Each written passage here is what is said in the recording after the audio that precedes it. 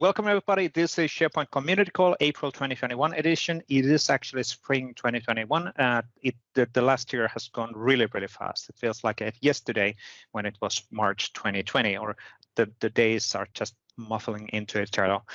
It is April 13th, and today we'll have a really cool setup of demos coming up. We'll do a quick these community calls, which is the summary of what has happened within the past month, and listing all of the contributors, community contributors across Microsoft 365 areas. Due to historical reasons, we are doing that in this call rather than in the other calls. It's just something which we haven't changed. We'll do a quick group photo for the first 50 people who will enable the video. So be ready for that one. Quite often those spots are quite fast taken. And then the main topic of today is getting started with Microsoft Viva Desktop. Really cool set. I've seen the slides. I'm not going to tell you exactly what's being mentioned there, but Tejas and Pratik are going to go to the presentation. And that's going to be starting roughly 20 past on the hour. And there will be some news and updates related on where we are heading and what are the next steps, because what you've seen getting released on 13th of March was just the start. That's not the whole story. There's some new stuff available, so looking really good for the future. Now, quick recap on our general assets, just making sure that when you're looking into getting access on the recording and videos, we have two different YouTube channels. We have the Microsoft 365 Developer YouTube channel, which is more around developer, purely developer topics, and then we have Microsoft Community videos, which is developer and non-developer topics. It's slightly weird again that we have two different channels, and that's due to historical reasons. Both of them has both marketing videos and community videos. We have a lot of open source assets available from multiple different organizations. Sample galleries, those are super useful when you're looking into getting started, for example, with Microsoft list formatting stuff, or SPFx development, or Microsoft Teams development. Go to the sample gallery, have a look on if you can find something which is matching on your business requirements, and then take a starting point for yourself. So don't start from scratch because that's not a smart thing to do, so to say. All of those samples are MIT licensed, so you can actually use them as a starting point. There's a lot of URLs and a lot of stuff being always presented in this course. If you're wondering on where would I get one single URL, one single point where I can get access on all of the relevant information, that is the last URL on the page, which is AKMS M365 PnP. And from that page, you can access all of our community calls, all of the assets, SDKs, tools, YouTube videos, and all of that stuff. So making it super easy for you to access what's available. Now, a few news related on updates, what's happening in the community side as well. So we're introducing a new Microsoft 365 PnP Community Hub at Microsoft Tech Communities. This is mainly introduced to be the location. Well, originally it was intended to be two different use cases. So community call recordings and then MVP blog posting as well. And now more and more community people are getting involved and volunteering for writing demos. Louis Fries, who's on a call, is really the contact for that one if you're looking into writing on that blog platform as well. So we do welcome other people there as well. And I think we broke 100,000 views already on that one within the first 2 months, which is pretty cool. So people are finding that location. Now, something else which is really cool, which been in a preview and still kind of in a preview status, is the new Microsoft 365 Extensibility lookbook. So if you're looking into doing extensibility in Microsoft 365 and you're wondering on, okay, so what are my options? If you go to the docs, they are across the different products. They're hard necessarily to find, and there's so many docs. What about having a one location where you can go with pictures and videos to see what is the options of extensibility? And that's what this is all about. So you can actually go to Microsoft 365 Extensibility Lookbook and have a list of all of the extensibility options for Microsoft Teams, for SharePoint, for Office, Power Platform, and all of that. And so a really cool experience. And from there, we'll then link all of the videos and documentation as needed for the additional reference. Something else, latest news, we'll actually show the discussion or talk to David. You'll do the quick intros on what's happening in Sharing is Caring Nation Day.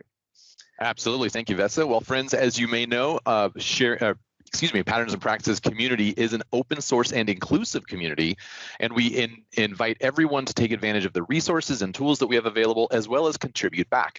But we also understand that using them and contributing back sometimes comes with some hurdles. For example, what is GitHub? How do you navigate GitHub? How do you get started setting up your SPFx workstation? What can you do to provide documentation? All these things are hurdles that could prevent you from getting involved, but we would love to have you be involved. So Sharing is Caring is an initiative that provides hands-on guidance that walks you through how to navigate some of this landscape and remove many of those hurdles. We invite you to join any and all of the sessions. They're all free, safe space, not recorded, opportunities to ask questions, collaborate, get more involved. And so we invite you to join any of the sessions. There are sessions available for the rest of this month. We're scheduling out May as we speak. And right after this call, we have an Ask Me Anything featuring the CLI for Microsoft 365 team. So everyone's invited. I'll put a link in the chat. You can come ask questions. And as a plug for next month in May, we're going to have Louisa Fries focusing on the tech community for the AMA. So lots of opportunities. Get involved. We've got a buddy system. We've got office hours. You can check it all out at aka.ms/sharingiscaring. Vesa, back to you. Excellent. Thank you, David. This program is getting a lot of positive feedback. So thank you, David, April, Louis, and Hugo, and Emily for running the show on this one. So really, really cool to get new people involved and getting easily involved in the open source. I think it doesn't have to be difficult to understand how things work, and let's make it easier. And there are friends available on helping you to learn how to get started. Now, related on how to get started, there's a really cool event tomorrow related on Microsoft Graph. So this is a 2-hour live stream happening in 2 different time zones or 2 different times during tomorrow. It's a Learn TV live stream in an APAC time zone and then a Europe and a US time zone kind of a specific. And if you go to the AKMS Learning Together graph, and that's where you can register, get a links to the live stream. And then we have 2 different, actually, there's 2 different globally, 2 different watch parties. So there's a PnP watch party for the Pacific time zone, so at 8:30 a.m. Pacific time happening. And then there's another one hosted by Cameron Trier in Australia, if you are from that side of the world. Right now, I think most of the people who are located on that side of the world are actually sleeping because of the time zones. But really cool event happening tomorrow, Wednesday, on April 14th. Now, a few other things, kind of a general reminders. We do have a great PnP Weekly video blog or a podcast happening every single week. We're always trying to get community visitors in this and talk about their careers, their learnings. For example, the latest one, we had Mark Rackley from Bait Group talking about the impact of technology moving to the cloud for their partner business. So how their company has adapted this transition from on-premises to the cloud, and what are the areas how they're focusing on, what kind of people they hire, and all of that stuff. So really cool discussion with Mark on that one.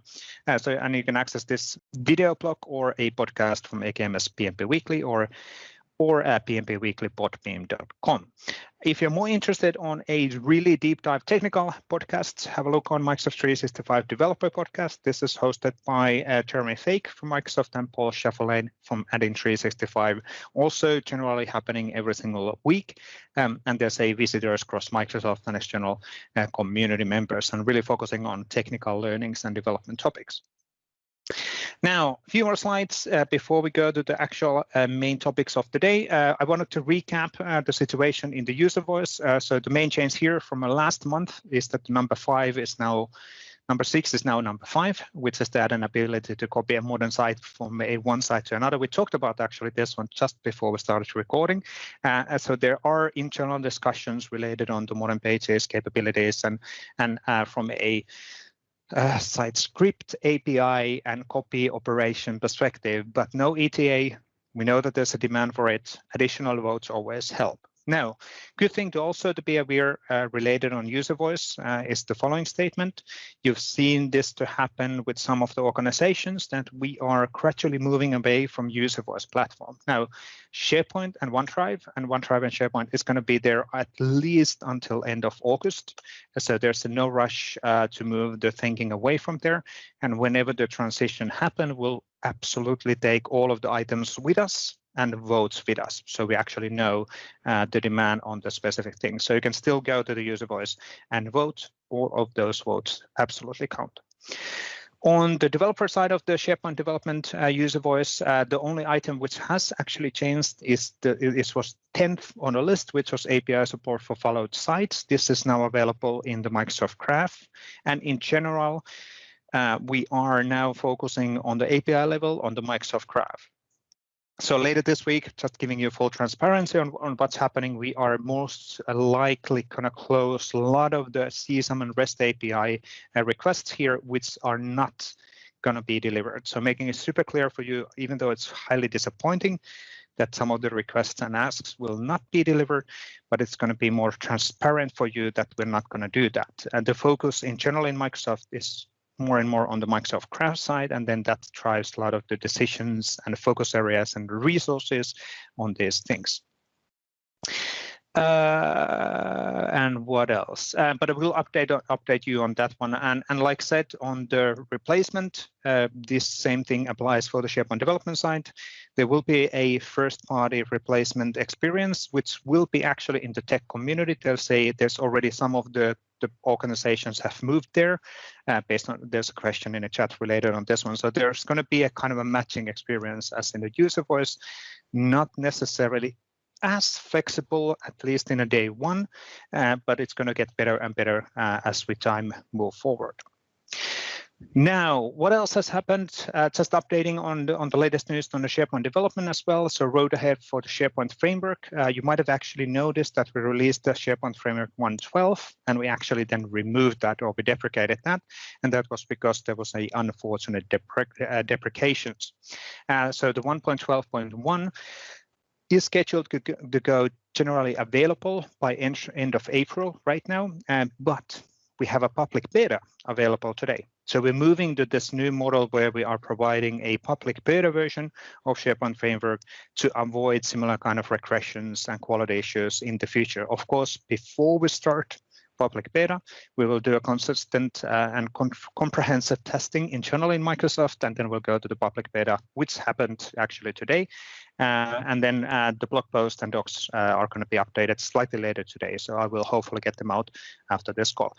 Something new related on that one, SharePoint Framework is going to be now in the Node 14 level. So that's an update even on the 1.12 released. And then in general, a lot of focus on the Microsoft Teams platform. So making it easier for using SharePoint Framework as the UX layer for Microsoft Teams extensibility. And in the future, there's going to be an investments on the Viva Connections area. There's a lot of Teams improvements in the pipeline and store improvements. So you can actually build SharePoint Framework solutions and then target them on the Microsoft Teams store, which is a highly requested capability as well. A few more news before we go to a quick group photo. The April 2021 update is available. So this one is the blog post where we're always listing all of the people who contributed within the last month. And their companies. And we had the record number of companies or people joining from companies which logo we are allowed to show. But if you're interested on exact details, what has happened within the past month, go to the https AKMS M365 PnP Community and blog. And that is the location where the information is available. For the monthly contributions, we had a lot of people contributing. Once again, we are in multiple pages, and I needed to once again reduce the font size. So this is just a start from A to G, the people who are contributing. So thank you for being part of this community. We from Microsoft don't want to dictate any of this open source and community work. We'd rather see us working with you together with the community. So being part of the community. And that's really the fundamental thinking behind of our community approach. So we are one of the company and one of the organizations together with you building things for other people in the community. And this is the next list of people. So a lot of people. It was super close to get it actually in 2 slides. And maybe next time I need to do 3 slides to get all of the names mentioned in these slides. And like I said, we're not going to mention all of these people anymore. We actually tend to do that like 4 years ago when there wasn't this many people contributing, and we mentioned everybody, but that's pretty much impossible nowadays. And then the companies who were involved in the April 2021 release, this is a record number in here as well. So it's great to see that the open source and community contribution approach is growing in multiple areas. Now, and then still quickly, the list of Microsoft employees, not forgetting about our local people from Microsoft, a lot of people here as well, being more and more active on the community side. So thank you for the Microsoft employees as well. But now, before we actually go to the main topic of today, let's do a quick group photo. And I'm going to set up things in here. If you want to be in this picture, enable your video, and I will drag and drop the group photo in here. And you can see actually how you're setting up on the video. I'm not going to enable video because there's only 50 people, which we can squeeze in here. A few more still arriving. This is good. I think that's filling up the room pretty much. Maybe there's 1 or 2 empty seats, but I think those are coming or have connectivity issues. I'm going to start recording and let's do some waving. 2, 1, and waving. Excellent. No pointing. No, just kidding. I saw Jim pointing somebody on the 3rd row. But cool. Thanks everybody. Awesome. This is really good. Like I said so many times, it's brilliant to see the actual faces of the community rather than just the names and the Twitter tweets and Facebook accounts and all of that stuff. So this is really, really small thing, but super valuable for sure. And I'm going to move that away and stop the recording of the screen. Now, next we'll go to the actual show of today. I think everybody was waiting this for sure. And we'll have Tejas and Pratik, who are actually the PMs and product managers who are owning this capability. So they are product managers who've been defining what happens with Viva Connections, right, Tejas? Is that the right way of doing your definition? Yeah. Or do you want to claim it all? I'm the lead of everything. Just kidding. Great introduction. All right, my bandwidth is a little bit choppy, so in order to prevent audio issues, I'm going to turn my camera off. All right, thank you, Vesa.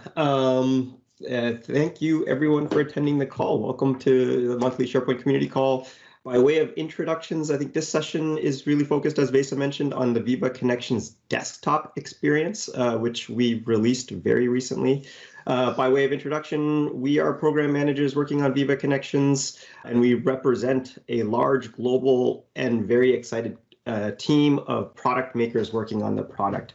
So I'm Tejas. I'm a program manager on the SharePoint Experiences team. I focus a lot on SharePoint and Teams integrations, as well as working on the SharePoint portals and publishing system.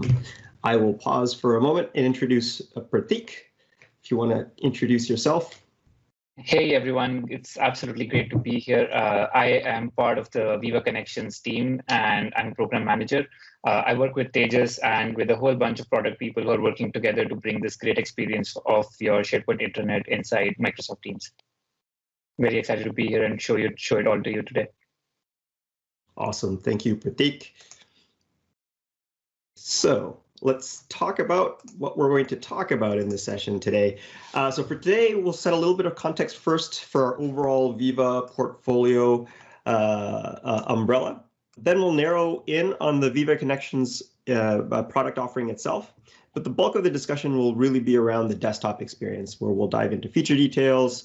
Pratik will provide information there. He'll do demos, and then we'll talk about how to get it all set up and deployed. So I think by way of process, while one of us is talking, the other will moderate some Q&A in the chat, and we'll try to answer as many questions as we are able. Vesa, if you're able to maybe help point out things that we might have missed, that would be awesome.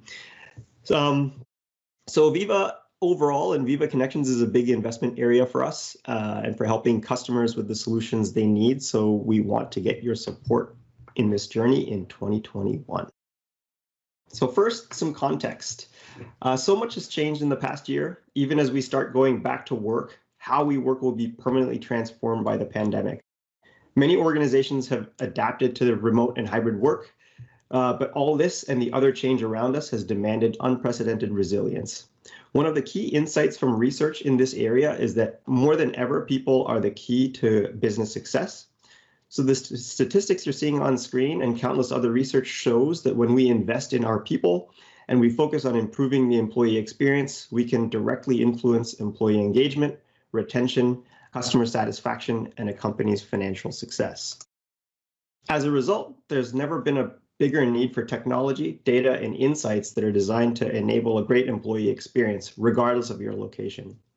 Employees want to feel more connected, more aligned to their company purpose and mission. We all want to grow, make an impact, and make a difference. Leaders and communicators need modern ways to reach, engage, and develop their employees. And IT needs to be able to quickly enable this modern employee experience without having to rip and replace all their existing systems. An employee experience platform puts people at the center by bringing together systems of work with systems of support into an integrated employee experience. It provides people with the resources and support they need to succeed and thrive no matter their location. It also needs to provide an open and extensible platform that is customizable and works with your existing systems and tools. Our vision is an integrated employee experience that brings together all these resources into the natural flow of everyday work. So for us, that platform is the recently announced Microsoft Viva, which you might have heard about. To start with, Viva will have these 4 modules that you see on screen: connections, insights, topics, and learning, and we'll be adding more in the future. And each of these builds on existing capabilities in Microsoft 365 and are experiences that are integrated directly into Microsoft Teams, as you can see from the images here on the slide for each module. Connections is a company-branded employee app in Teams that customers get to curate and configure. Viva Connections is an ingredient brand, but customers can make it their own. It's a gateway to your employee experience with quick access to data and tasks, personalized news, communications, people, and resources, and we're designing it for both desktop and mobile workers. It provides a single curated employee destination that can be configured for specific roles like frontline workers. Connections builds on existing capabilities in Microsoft 365 like SharePoint and Yammer. And as someone who has worked on creating our modern intranet experiences in SharePoint, I think it's an exciting extension of the work we've done and offer the potential for great customer experience and value. Connections can also act as a launching pad to the other 3 Viva modules. So we are creating connections for integration into all of the Teams experiences, so the client apps across desktop and web, and the mobile apps for Teams on iOS and Android. The desktop app, which Pratik is going to cover in the next section, was made generally available just about 2 weeks ago at the end of March. As with many of the major releases we've done in the portals and pages area, we've run a private preview for this desktop app release and have seen great customer usage and feedback already throughout the development phase. The Viva Connections mobile release for iOS and Android is also well underway and in development. We're dogfooding this internally, and we'll have more to share with you as we make progress building it out. Our plan is to release the mobile app for Connections later this summer. So with that, let me hand off to Pratik and take us through the Viva Connections desktop experience. Thank you, Tejas. Hello, everyone. Again, I'll be talking a little bit more about the Viva Connections desktop experience. So like Tejas called out, this experience allows you to bring your modern SharePoint intranets directly inside of Teams with your company branding, with a brand that users in your tenant already understand and relate to. And it offers a great modern in-place experience as users navigate to different kinds of resources and content within your company intranet. We see this as a great opportunity for users who are primarily living within Teams to stay up to date with news, information, updates about what's going on in the company and actually feel connected to the company, especially in the current times that we are living in right now. I'll start talking a little bit about the specific benefits that we offer in the Viva Connections desktop experience today, which stand out from what would be a third-party implementation that you're able to achieve using the Teams Extensibility framework. The key benefits that we want to talk about for the Viva Connections app for the desktop release that we have just completed in March is that it is not just an ability to bring a SharePoint page inside of Teams. It offers a whole lot more. So starting on the left or on the top, the company icon that you see on the top is not just the brand of your app. it's actually a great way to help users navigate to other intranet resources within the company. And I'll be demoing this in a little while as well. So it brings together components from the SharePoint app bar experience, including your company curated global navigation links, the user's most recommended sites and news. So they can actually navigate to other important resources in their company as opposed to just using the site that was pinned for them by default. The site also offers a full screen header and navigation experience, which is great when you're using extended headers and mega menus and stuff like that from SharePoint. So all of that capability functions beautifully right within Teams.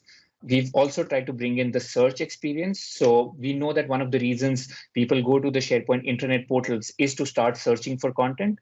And now users can start their journey right within Teams. So as users start searching for content in the Teams search bar, they are presented with suggestions on searching their intranet instead of searching Teams. And clicking on that actually shows them their intranet results in the browser. We've also done some smarts in the experience to help you collaborate. So one of the key user flows that we wanted to enable was the ability for people to share the content that they read. So if you come across an interesting news post from your company, you want to share it, and Teams is a great collaborative platform with lots of chats, group chats and channels where you want to bring that content. We've made it really simple for you. So whenever you are on any SharePoint page within the Viva Connections desktop app, you will see actions on the right side in the site header specifically show up inside the Teams client.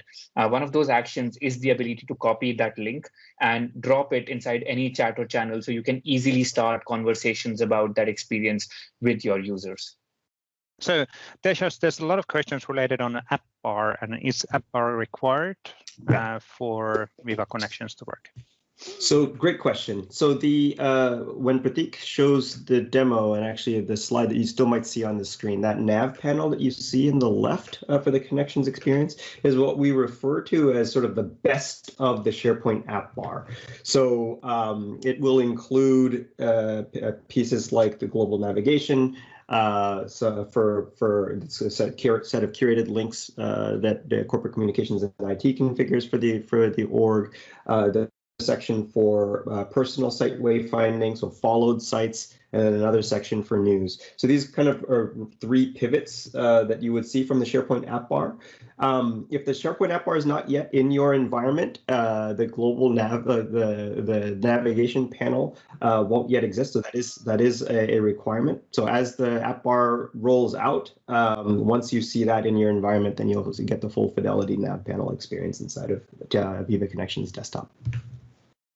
Excellent, and we can see the screen being shared. Before you Pratik start, there's a good question from Prenny related on is there costs related on Viva, and if we focus now on the Viva Connections, so is there an additional license which we need to pay for? I'll preface my answer with neither Pratik nor I are licensing professionals, but our understanding is that there's no additional license required for Viva Connections Desktop. So if you have the standard E3 plus licensing, you should be good to go. But there are additional details I think that we've published. Yep, that was in the published blog posts and documentation. So basically, Viva Desktop Viva Connection Desktop is part of your existing SharePoint and Microsoft Teams license. So no additional costs. You can just enable this scenario. But Pratik, we can see the screen, and it was pretty responsive. So take it away. Excellent, thank you. So I'm starting with our documentation page because this is a great page for you to get started when you start thinking about the Viva Connections experience and how you want to bring it into your tenant. It has a lot of the details that we just called out as well, and has a great video as well where you can look at the entire demo experience and how to set this up.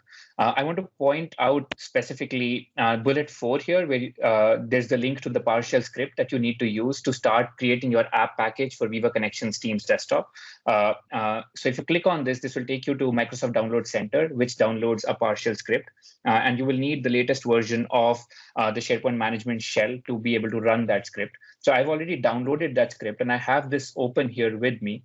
Essentially just trying to show you what the experience looks like a little bit. So this is step 1 of that experience. Just as I started running the script, the first thing it asks me to do is to ensure that I have a site that I want to pin in Teams, and it runs a little bit of validation on the site to ensure that I have the right permissions and everything. So I have this site here, which is the home site of my company, contoso.demohubs.sharepoint.com. As I kind of bring that in and press enter, you'll see this validation show up here, and it'll open up a sign-in dialog box, where I will need to provide my credentials to ensure that I have the right permissions, as well as the site is a modern SharePoint communication site, so that it can be allowed for pinning in Teams. If you pick a site which is not a modern SharePoint communication site, those will not be supported. And as I complete the sign-in process, you will see a bunch of other information that the app requires from me. So, for example, the name of the app, and I can say Contoso and kind of proceed through these steps to create an app package. The app package that gets created once you provide all of this information, including the icons that you want to use inside of Teams, is stored on your desktop. So I've basically run the script once, and I have the app on my desktop. So let me switch back to Teams Admin Center here, where you will be performing the next set of steps. So the Teams administrator in your tenant is then required to come to Teams Admin Center. I am in Teams App and the Manage Apps section. You will see here a button for upload, where you are required to upload that app package that you've just created using the PowerShell script. So since I've already done the upload, the app is already actually available inside of this list, and I'll just show that to you in a minute. Once you upload the app, it behaves like any other Teams line of business app. So it can be managed how you have been managing other apps in terms of permissions and setup policies.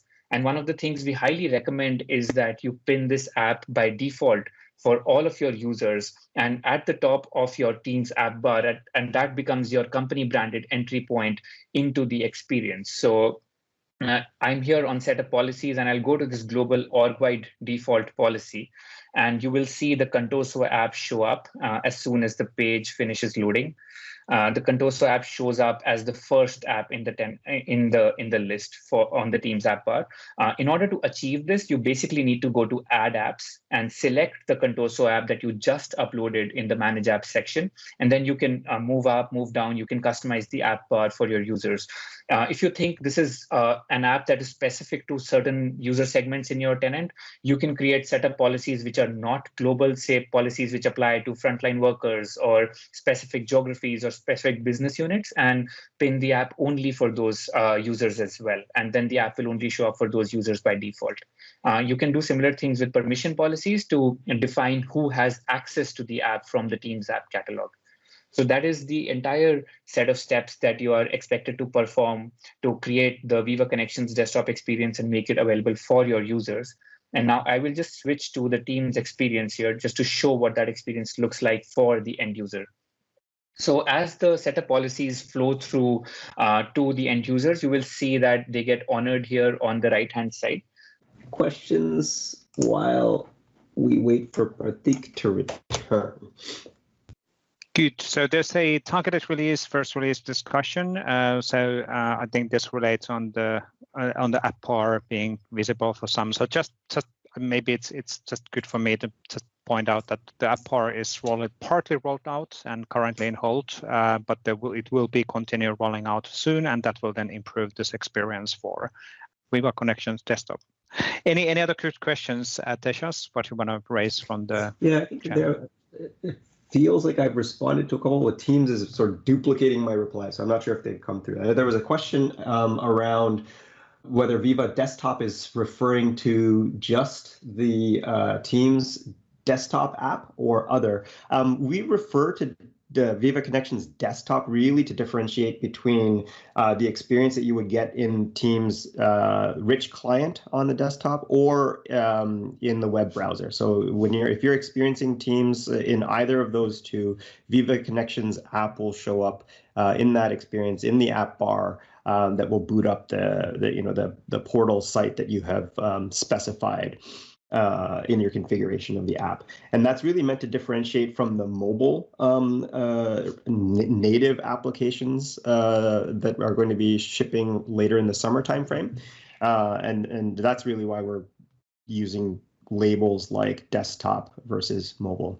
The experience that you're talking about here, that manifest building process that Pratik was showing you from PowerShell, will build out an app manifest for Teams that's specifically targeted to desktop experiences, which is the rich application and browser.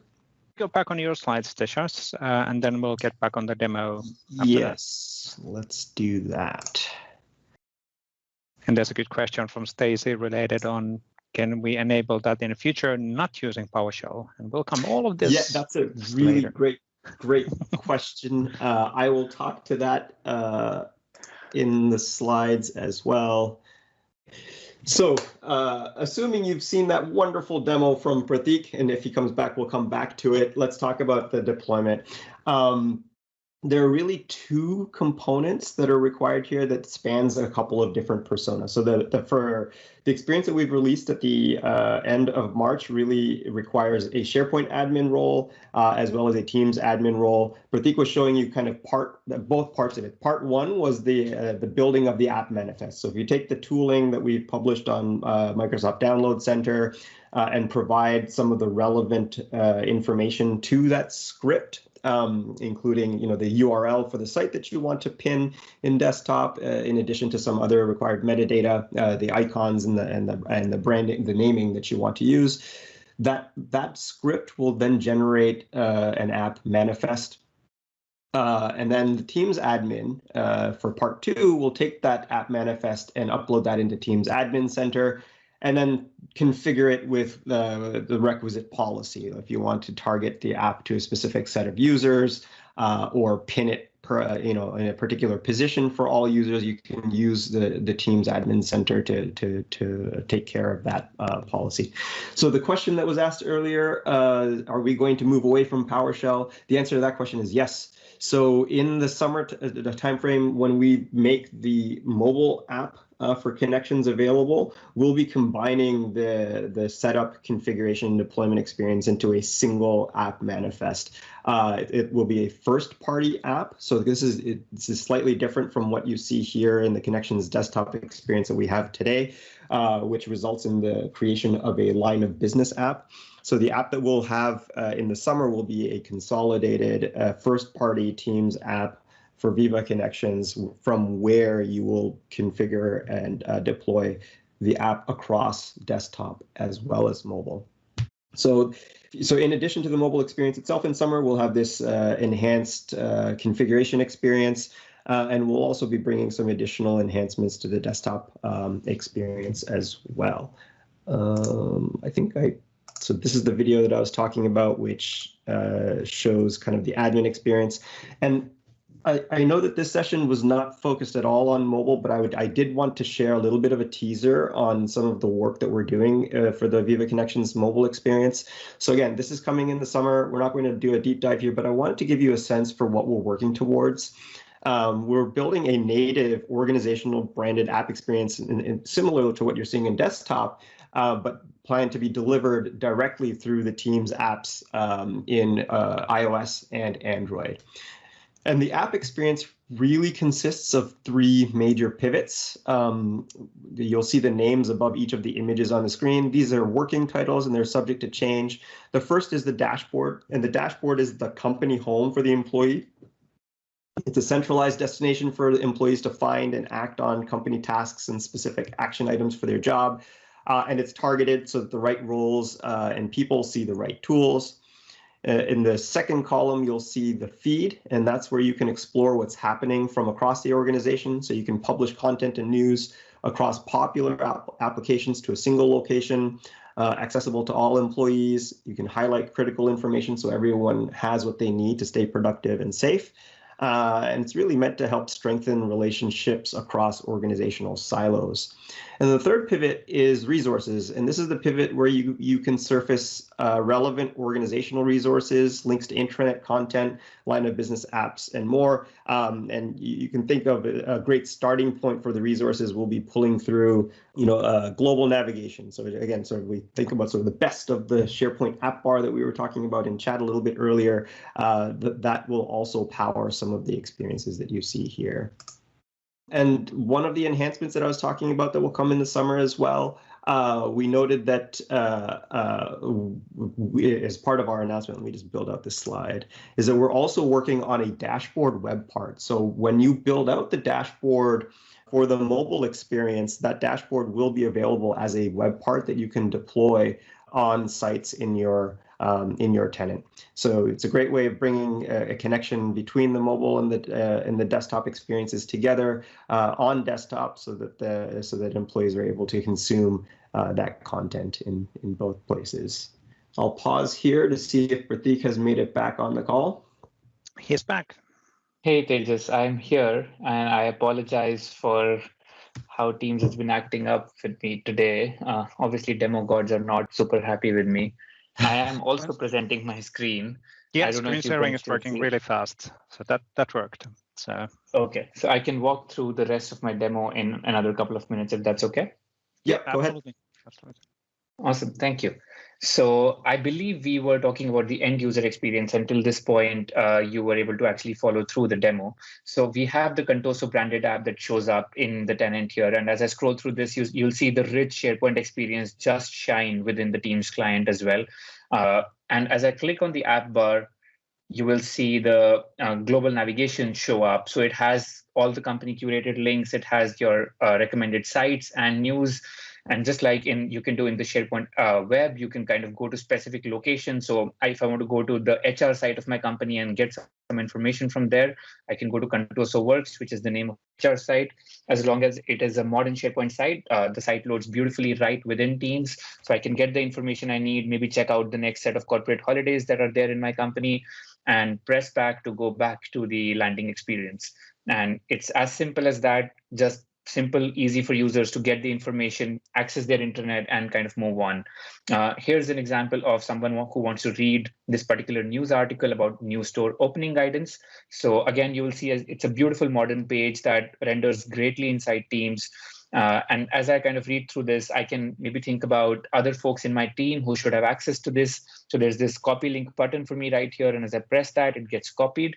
I can go to a chat or channel, paste it, and then start conversations about this particular news item with other folks in my team as well. And then the last thing I want to call out is the search experience. And when the user is on the Viva Connections desktop experience, if I start searching for a particular term, say platform, you will see the new search suggestion show up here, which says search in Contoso. This is picking your app name and showing that here as the name in the search string. And it gives a hint to the user that it will open the SharePoint site. So as I click on this, you will see that since I was in the browser, it opened another tab. But even if I was on the Teams client, it should have actually opened the browser. And this will show you results for the term platform inside my company's home site experience as well. And they'll start popping up just as I speak right now. So that is the very, very high level view and a quick demo of the Viva Connections desktop experience showing up inside Teams. So Pratik, don't stop sharing. A few pointers here, just to call out. Can you show the global navigation? So how it's been visible. And there was a question, I think it was John Collins who asked that, hey, is the app bar visible when SharePoint site is surfaced inside of the Teams using the Viva Connections desktop experience? And the answer is no, but when you click the personalized logo, then this experience will be shown.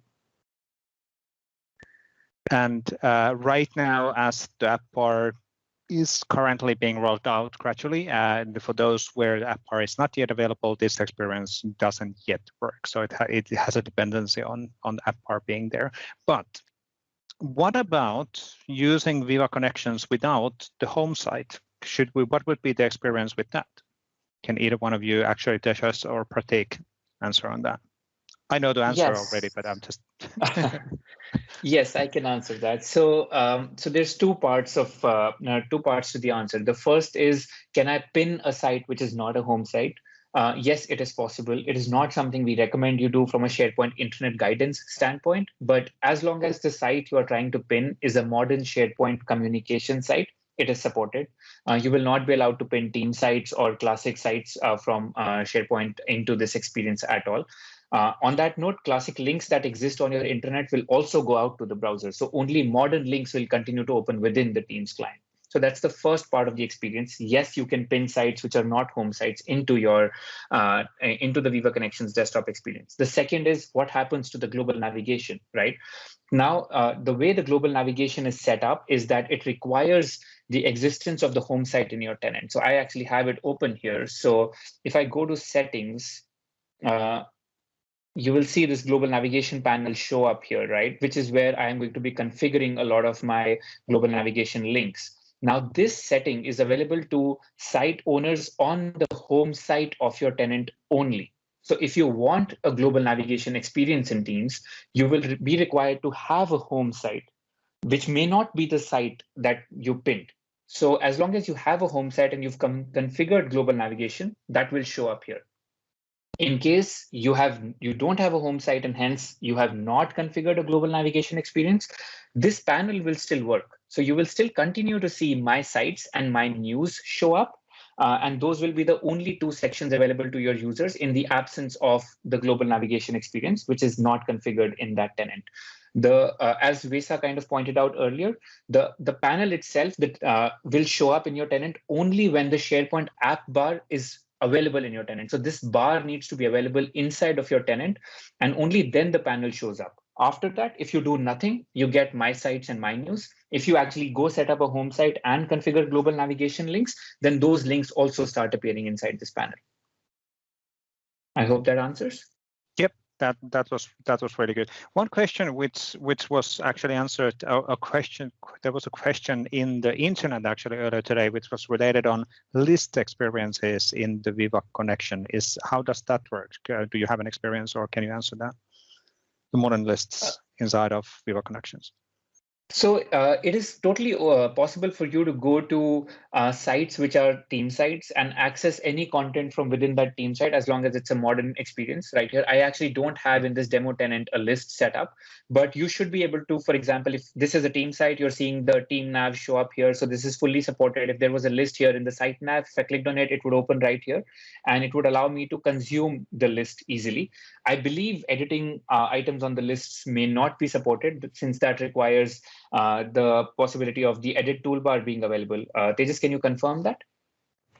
Yeah, I had answered to one of the questions earlier. Just edit scenarios in general, we are looking at them.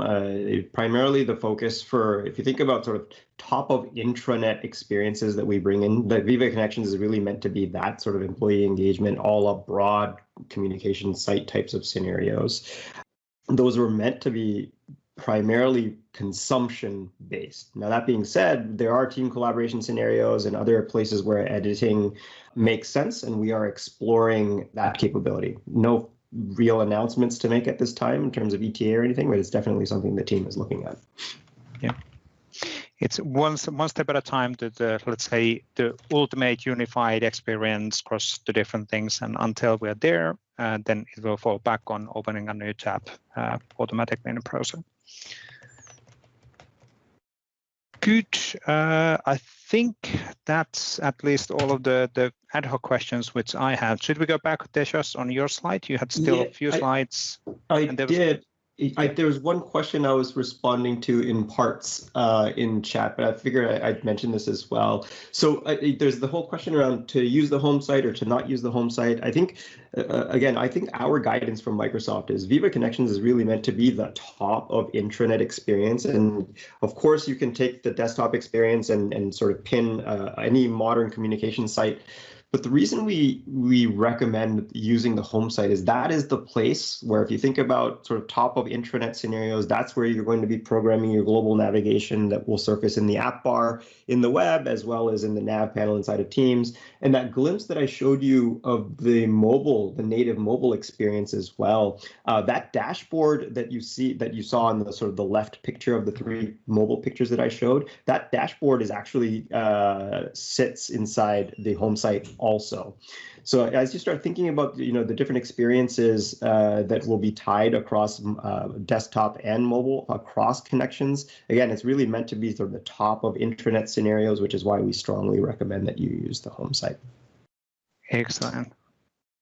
I see a question that came through on audience targeting. Yes, so one of the benefits of the SharePoint publishing system that it all plumbs through into Teams. So if you're using audience targeting on links in global navigation, that will actually function as expected inside the Teams experience.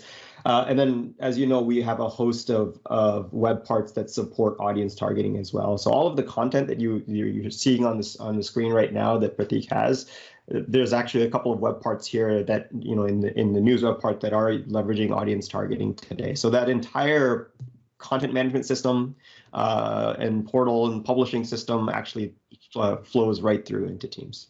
Including the extensibility model for partner opportunities and all of that, so you're able to build your own. That's right. I always forget to plug that, but that's absolutely true, right? So any customizations that you do to leverage the sort of the SharePoint the framework for custom web parts, connections to external data sources, all of that stuff that you're familiar with and able to do, all of that flows through so long as you use our supported framework as a platform.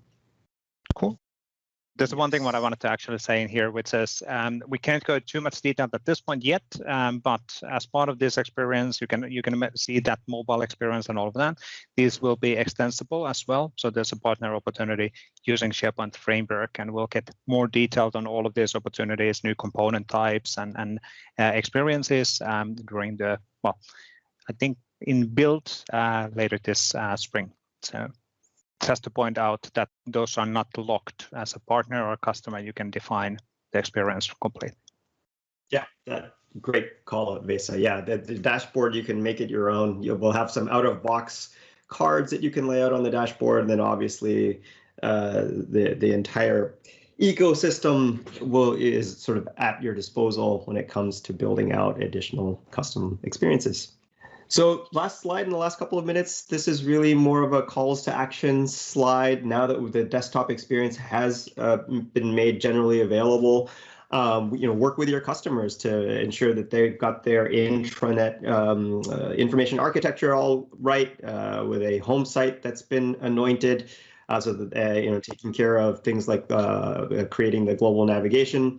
And then walking through the deployment steps. I won't rehash that here. There's the hyperlink here. So I think with that, we would like to thank you on behalf of the entire Viva Connections team for taking the time to spend with us today. Excellent. I will move back on the primary deck. There's a lot of familiar faces on those pictures, which is good. So it is and that's not, of course, not even close to the full set of people who were involved in the Viva Connections. So unfortunately, we can't get all of the people in the one picture. Now, just for the close-up of the day, so thank you, Tejas and Pratik. Really, really great stuff. A lot of new opportunities, and we're super excited on this joint, let's say, experience together with Microsoft Teams and ODSP, and we're getting closer and closer with these experiences, one step at a time. So even the features and the upcoming features related on mobile, that's just the start. And there's a long roadmap related on getting all of this more aligned and say better experience for the end users. Now, we do not unfortunately have a time today for the Q&A anymore. We've been going that through on the chat. Hopefully we answered most of the questions. If we didn't, you can recap some of the questions still, and we'll try to get back on those. The recording will be available within 24 hours within the Microsoft 365 Community YouTube channel. And then a few upcoming community calls. There's a Microsoft 365 channel community call happening later this week on Thursday, April 15th, SharePoint Framework community call on 22nd. We're going to talk about 1.12.1 release at that time and all of the latest features on that, and next SharePoint community call on May 11th. But if you're interested in following up on all of the different things which are happening within the platform from a Microsoft side, we are running quite a few community calls within a month. You can select which of these you want to actually join or have a look on the recordings. But the most important thing always is just keep the feedback coming. If something is missing, something isn't working, we need to know. We're building all of these products and experiences for you. So please let us know what's missing and how to improve. But that's it for this one. So thank you, and let's definitely stay in touch. Thanks everybody for joining.